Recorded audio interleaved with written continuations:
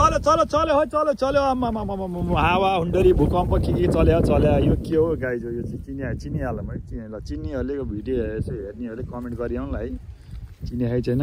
Japan आउनेहरू फ्रीमा Japan आउनेहरूले पनि कमेन्ट गरौँ भिडियो सेयर गरौँ होइन जम्मा 2-3 लाखमा जापान आइन्छ फ्री भिसा फ्री टिकट पनि जापान आइन्छ होइन त्यस्तो खालको अप्सन छ त्यो चाहिँ N4 पास गर्नु पर्यो स्किल टेस्ट पास हुनु पर्यो होइन स्किल टेस्ट पास र N4 पास भए पनि सजिलै नपढेका लेखा 4-5 क्लास पढेकाहरूले पनि जापान आउनु मिल्छ तर पढ्नु चाहिँ पर्यो त्यो खेलाची गरे भएर हुन्न पढ्नेहरूलाई चाहिँ त्यसरी चाहिँ मिल्छ जापान आउनु होइन जहाँ चाहिँ गाउँका दुर्गम सेका विदेशमा बसेका जुनसुकै कन्ट्रीमा बसेका भए पनि युट्युब हेरेर भने पनि N4 युट्युब हेरेर पढेर N4 स्किल त्यो जापानिज भाषाको टेस्ट दिएर यानि स्किल टेस्ट पास गरेर जापान आउने रहर हुनेले आउँदा हुन्छ है जापानमा 2 लाख कमाइ हुन्छ 2 लाखमा 1 लाख खर्च हुन्छ 1 लाख बच्छ होइन त्यस्तो हुन्छ आउँदा मजाले हुन्छ मजाले है जापानमा यस्तो जङ्गल फेरि जापान सपनाको देश भनेर पुरै अग्ला अग्ला बिल्डिङ समुद्र यताउता भनेर ती राम्रा लुगा लाएर चिटिक्का चल्काएर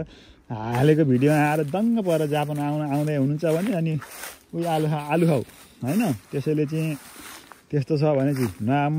नत्र भने चाहिँ जापान आउँदा हुन्छ मजाले दुःख गर्नेलाई ठिक छ है काण्ड मचाउनेलाई काण्ड मचाइ छन् है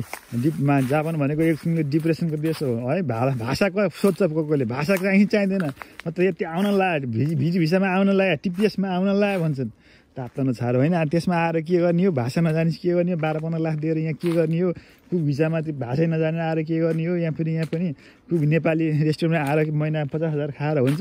यहाँ नेपाली रेस्टुरेन्ट 8-12 घन्टा काममा दलाएर राख्छन् चोर डाकाहरूले होइन यस्ता फटाहरू छन् यहाँ अनि त्यो हुन्छ हुँदैन नि हुन्छ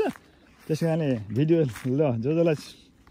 चाहिए त्यो जसलाई सेयर पनि गरौँ इन्फर्मेसन अरू के इन्फर्मेसन चाहिए कमेन्ट गरौँ भिडियो बनाउने काम मेरो होइन अनि जापान भनेको यस्ता जङ्गल झारी है ठाउँ पनि छन् दुर्गम नेपाल जस्तै पनि हो है हावापानी त्यस्तै छ जापानमा धेरै कमाइ हुन्छ भने दङ्ग पनि नपरौँ यहाँ जापानमा धेरैले कमाएका छन् कस्ताले लुटेर ठगेर कमाखान्छ अहिले हो नेपालमा कन्सल्टेन्सीले ठगिरह स्टुडेन्टलाई बेचिरह स्टुडेन्ट 2-3 लाख रुपियाँ महिना झ्याम लिइरह चोर डाकाहरूले लेखाएन एक किसिमले भन्न त यिनीहरूलाई भन्न नहुने समाजसेवा गरे किसिमले विदेश पठाउने काम गरेछन् तर के गर्नु राइट इन्फर्मेसन कहिले देखाएन चोरहरूले सब ठग्नेहरू यस्तो गर्छु उस्तो गर्छु यस्तो हुन्छ उस्तो हुन्छ भनेछन् मान्छे बल्लु बनाएछन् त्यत्तिकै इन्फर्मेसन के कन्सल्टेन्सी कन्सल्ट भने के सल्लाह सुझाव दिनु पर्दैन राइट सल्लाह सुझाव हुन त यो चोर डाका जापानबाट डिपोर्ट भएर गएर युवाकेर भाषा स्कुल गएर खोलेछन् डाकाहरूले अनि चाहिँ कहाँबाट के तातो भुत्लो यिनीहरूले केही थाहा छैन अनि जे यसो कहाँ टिकटक युट्युब भिडियो कता कता के सिक्छन् अनि त्यही आधारमा यसो 2-4 शब्द भन्छन् अनि दङ्ग पर्छन् नेपाली स्टुडेन्टमा केही थाहा छैन दङ्ग त पर्ने भइगयो अनि जापान आउँछन् त्यसपछि केरा खान्छन् होइन त्यसैले त्यस्तो हो भने चाहिँ गाह्रो छ त्यस्तै छ नाम स्टुडेन्टमा 6 नाम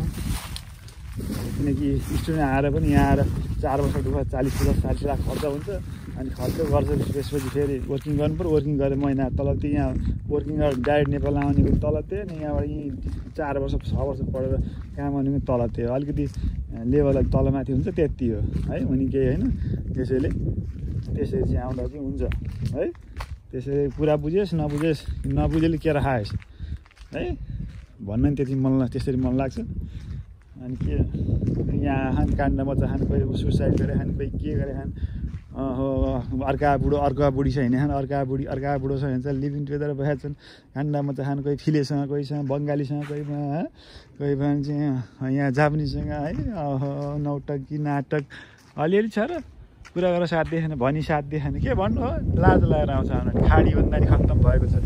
खाडी यस्तो बरु खाडी जानलाई दुःख होला जापानमा त्यही सजिलो भइदिएन सबैले पैसा देखान झ्याम छिरेखान यता दुई कराई गरेखान त्यो गरेखान काण्डमा छान त्यसैले जापान त्यस्तो आउँदा हुन्छ सहज छ